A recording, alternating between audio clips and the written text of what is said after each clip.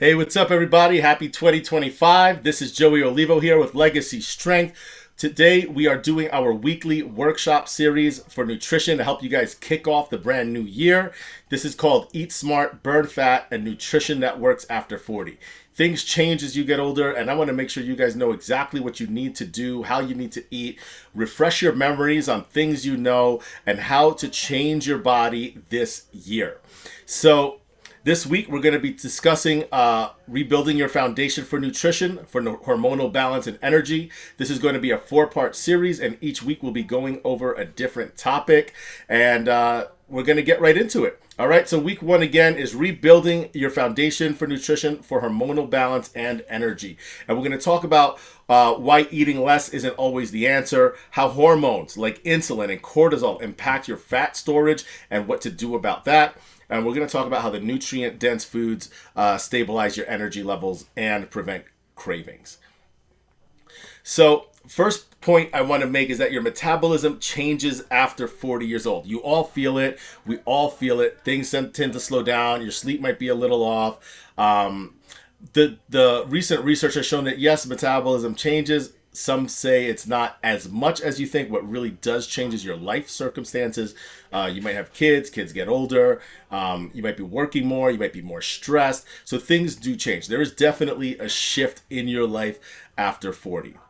Some of the hormone shifts that you'll see is that you'll have some lower testosterone, estrogen, growth hormone might change, metabolism might feel a little slower, and all this makes fat loss a lot trickier. You'll see a lot more changes in females more than males, but things do change for both. Males will have some lower testosterone, women will have other stuff going on with other hormones, but we know that there is some type of shift. We also know that stress increases cortisol, and this leads to more fat storage around the midsection. So the more cortisol you have in your life, or the more stress, the more cortisol you produce, the more cortisol produced, the more fat you hold in the midsection. So that's why we're always talking about stress reduction. That's why we picked up a lot of the stretching in our gym. And you know, as you get older, especially as you get over 40, the stress in your life just increases. Like I said before, it could be family obligations. You could have older parents to take care of. You could have more responsibilities at work. The bills could be piling up. I mean, all these stresses just keep adding up.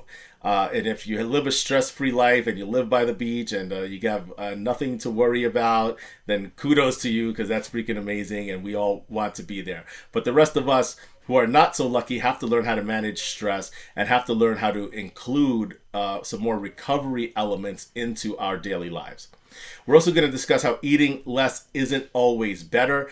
So drastically cutting calories, as you know, can cause muscle loss. It'll reduce energy. It'll slow your metabolism even further. A lot of times during this time of year, people always want to cut down their calories from the holidays.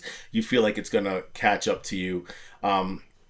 Don't go into cutting calories right away. Don't go into like eating a lot less, especially those of you who have been training with us here at Legacy for a long time. Don't do that. It's probably one of the worst things you can do is just cut down the calories. Sure, it might give you a quick win on the scale, but in the big picture of things, it's not the best strategy. Instead, you should focus on eating nutrient-dense foods in appropriate portions.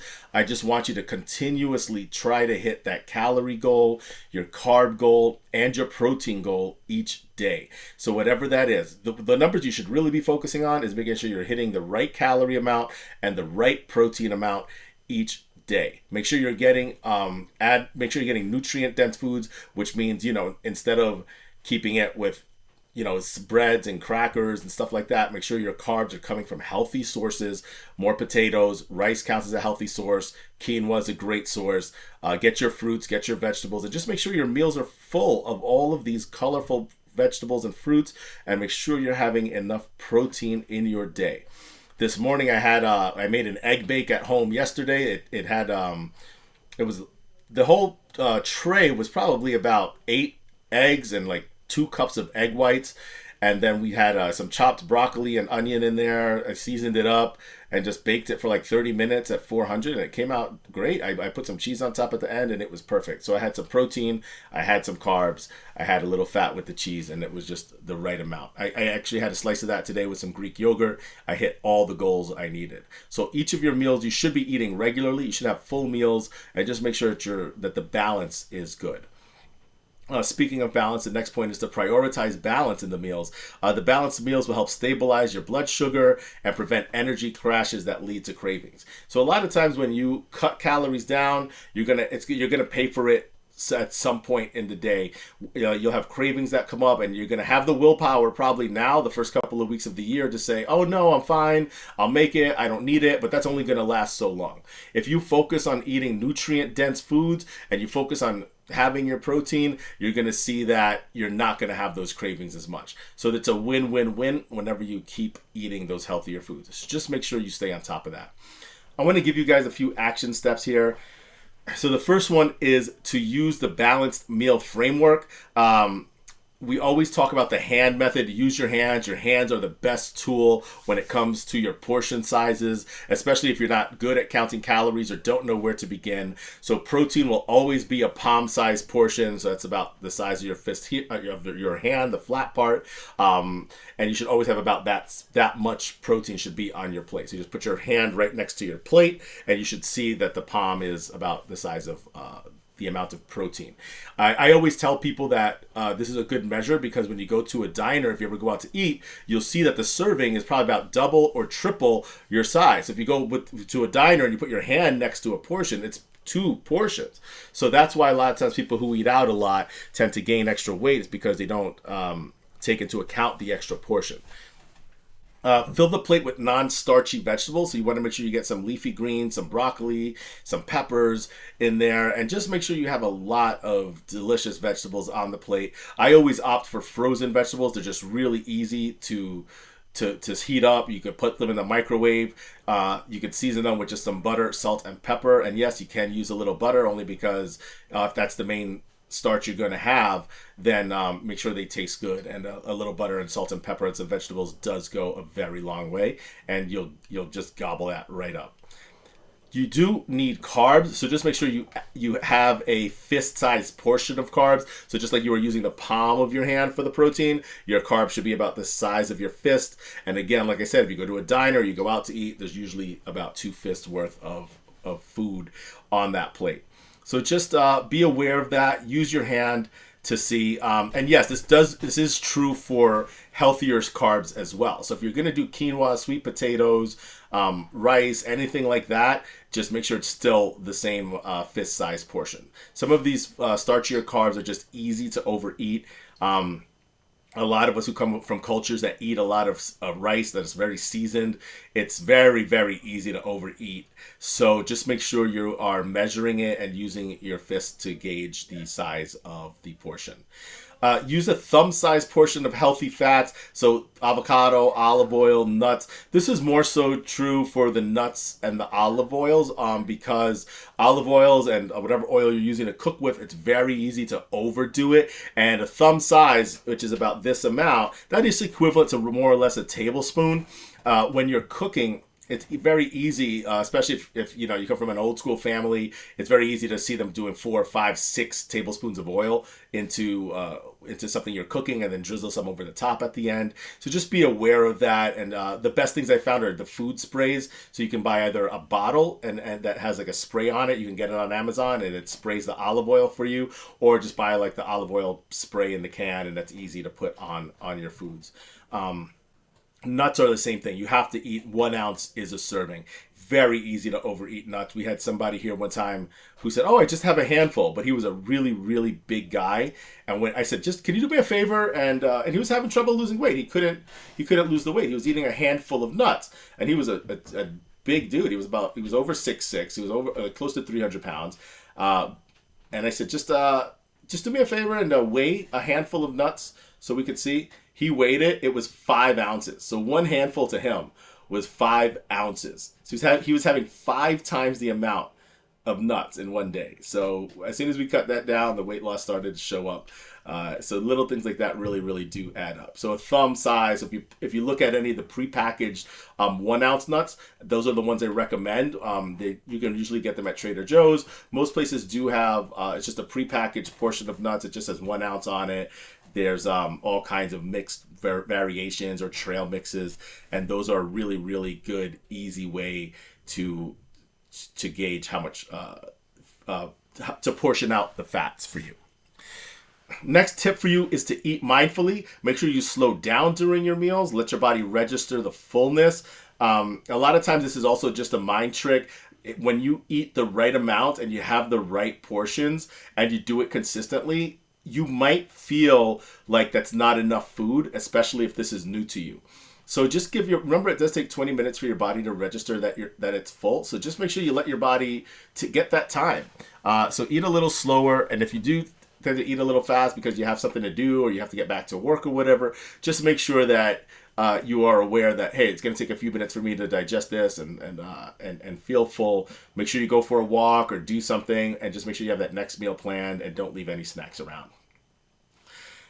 Focus on your hunger cues. So eat when you're hungry and stop when you're satisfied. That's always a good one. A lot of times I meet people, their hunger cues are out of whack. They're ravishing hungry, and they eat till they're stuffed. So you just want to do the opposite, and just make sure when you're hungry, when it comes to hunger management, I'll go into this on another day, but just let yourself be a little hungry, recognize that you're hungry, and also do not tell yourself that you're starving, because you're not starving, okay? You just had a meal a few hours ago. You're not actually starving. If you tell yourself that, you're going to want to ravish foods. Just tell yourself, oh, I'm a little hungry and I'm planning for my next meal. All right, don't be dramatic about it. And just make sure you stop when you're satisfied. About 80% full is the right time to stop. If you have your meals portioned out, you should be just fine. Make sure you stay hydrated, all right? So aim for the 8 to 10 cups of water a day. Make sure it helps you support your digestion, support your energy. It's really easy not to drink enough water out when it's cold. So you could use your bigger bottles. I have mine right here. I know these are really popular right now, so everybody has some type of bottle. Just make sure you use it, fill it up. Mine is a 40 ounce, so I've got to drink 3 of these a day. Whatever the amount is for your day, half your body weight in ounces, shoot for that, and make sure you're getting it each day. I want to leave you guys here with a couple of quick meal ideas. So for breakfast, I like to go with the scrambled eggs, some vegetables, and a slice of toast, a fruit, or something like that. That's really, really easy. A half of an avocado if I have it. Now for the eggs, like I said, I do really like the egg bake. I think I did the egg bakes in the pan. I'll make sure to post that recipe for you guys. That's one of my favorites. I do think that eggs, when they're baked in the oven, they stand up in the refrigerator better. I don't know if that's just me, but I feel like when the eggs are baked in the oven, they just if I microwave them the next day or two, they're absolutely fine. And for some reason, if they're not baked, I don't like to do that. So the egg bake is really good. It's really easy. You just take a bunch of eggs and egg whites, some chopped veggies, put them in a baking pan, and you bake them at 400 for like 30 minutes. And bring with you, and you could slice it up, prepackage the slices. Lunch, we always recommend something like grilled chicken or a grilled piece of salmon with some mixed greens, a cucumber, some light olive oil, something really, really simple. Don't overcomplicate it. For grilled chicken, you can actually buy the pre-made strips. There's a bunch of pre-prepared chicken that you can get already. Either you go to the supermarket, you can get chicken breast that's already cooked, and you can just get a couple of pounds of that, and that's a really good way, an easy way to have things ready in the house. Dinner, again, some baked salmon is super easy. Roasted chicken, you can have steak, you can have tofu, whatever is up to your protein standard. Just make sure it's something that you really enjoy. Have it with some broccoli and sweet potato or rice, and you will be just fine.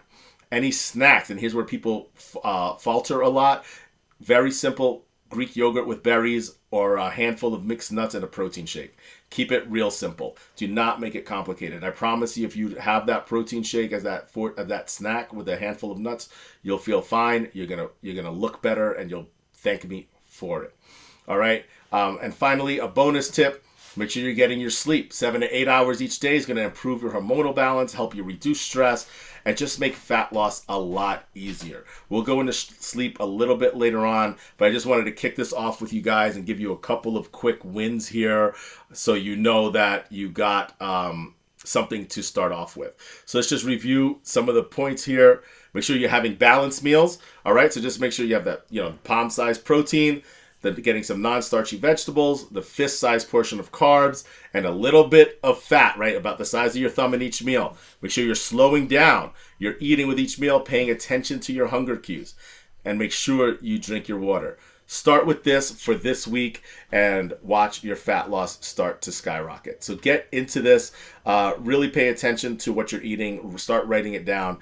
Let me know any questions. You guys know where to reach me. You can comment here below with your questions or whatever's frustrating you or whatever struggles you might have. I'm here to help. We're all here to help, and we're here to help you see you through this great new year that we have. May this be the best year for you. All right, signing off from Legacy Strength. This is Joey Olivo. I'll see you guys next time.